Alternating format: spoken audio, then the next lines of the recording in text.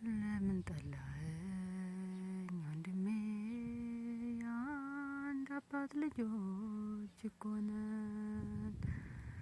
ለምን ጠላኸኝ ወንድሜ የአንድ እናት ልጆች እኮ ነን።